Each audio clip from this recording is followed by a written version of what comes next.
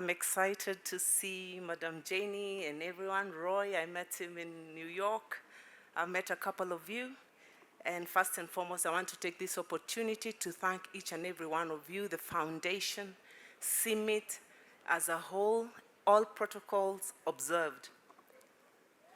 I must say, Madam Ann from USID nailed it for Malawi. She said everything that I had to say. She totally nailed it. And as a farmer, my names are Gloria Phekani from Malawi. And when you see me, please see the whole of Africa, especially the Southern Africa. So I represent Malawi, Zambia, Tanzania, the southern part of Malawi. Thank you. I'm here to share with you on how great the need to expedite the development and deployment of technology that systematically target vulnerability of the weather by providing better resilience, pests, and diseases packages to farmers. How can we reduce lead time from 10 years to 3 years to get these technologies into farmers' hands? Unfortunately, luxury of time we do not have. I am a farmer first time, a businesswoman second, working with smallholder farmers, about 29,000 farmers in cooperatives, unions, and associations. We trade in legumes and other crops supporting farmers with consumer-demanded seed loans and improved seed material, thanks to CIAT, CIMIT, and other CIGE partners. Trust me, I think I'm not the only one who thought sciences were different. We always thought science sits here, farmers sit here, until I was proved wrong. Now working with CIAT and PABRA and now CIMIT on this AIDI project. Milele's approach and model of doing business as a private sector entity involves working with farmers with a long-term view to ensure sustainability. This is achieved through collaboration with our very important developmental partners and forming long-term goals and objectives that are aligned, thereby providing guaranteed market.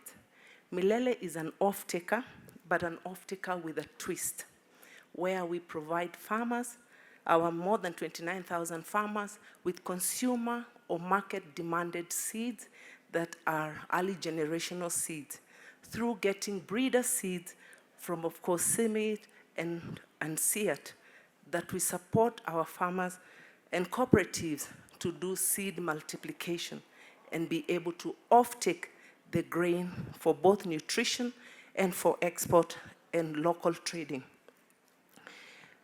Using this seed, we have been able to do doubling, meaning increasing the value that we are able to do 2 seasons, not only one.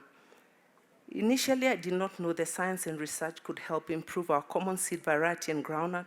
By partnering with CIAT previously and now CIMIT on the AIDI project, we can certify that this is true and factual.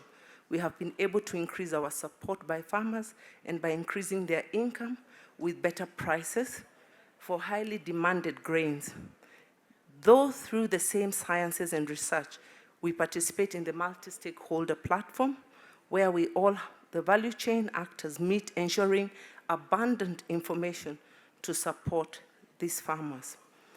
With the AIDI project, the CIMIT project, the farmers have been equipped with information and innovation needed, such as early generational seed that is drought resistant and tolerant to diseases, better marketability since they are consumer demanded seed, more nutritive seeds, biofortified with zinc, iron, and vitamin A, soil health monitoring and improvement technology.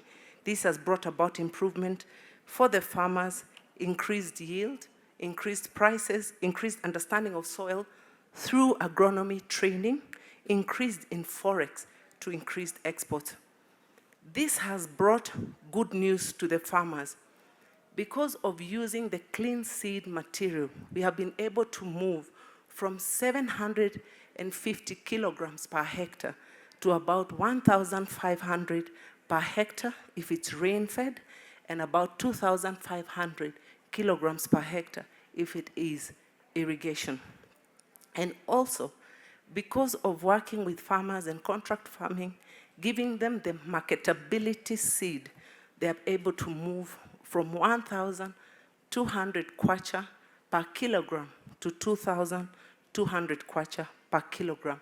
That's almost 65 to 80% increase because of using the right consumer-demanded seed.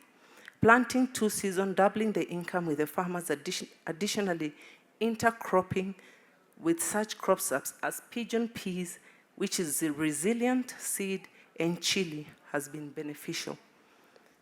Having understood this in depth and experienced it personally, I believe that technology, innovation, and research are desperately needed and should be continuously integrated into the last mile.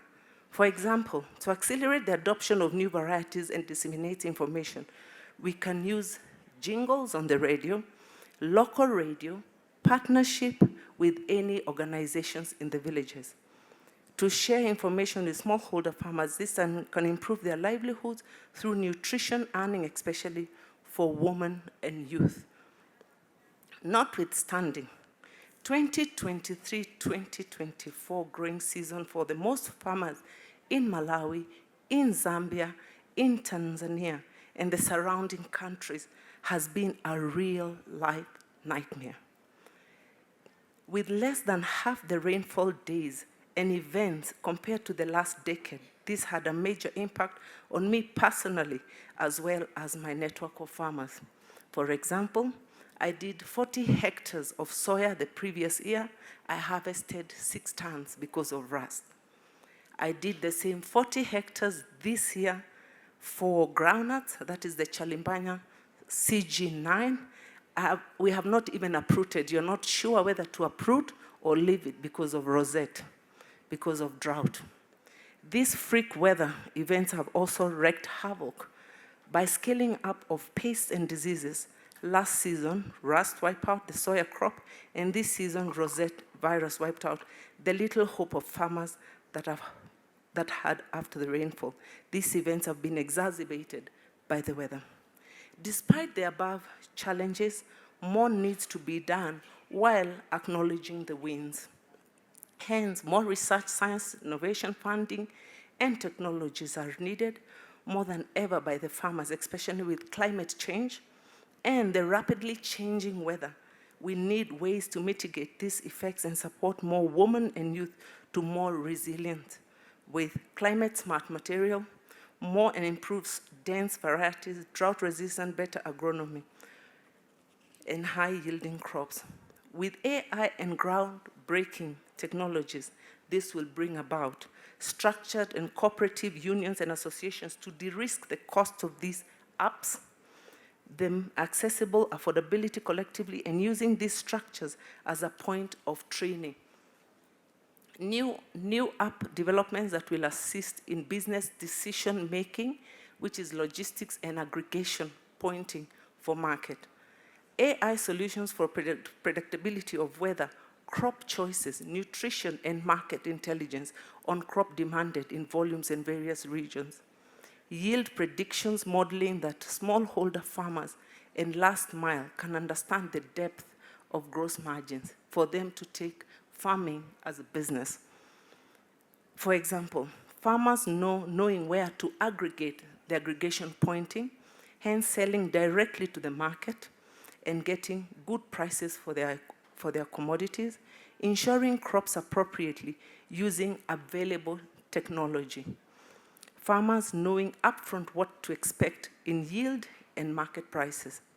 To reduce the time between innovation and the moment these innovations reach the small farmers, using the multi-stakeholder platform from the onset and during co-creating with particular emphasis on including smallholder farmers during the development of these apps for accelerated adoption, including investing in small to medium companies to scale up consumer and seed development, de-risking the supply chain by introducing new technologies through partnership, probing and and modeling for index-based insurance.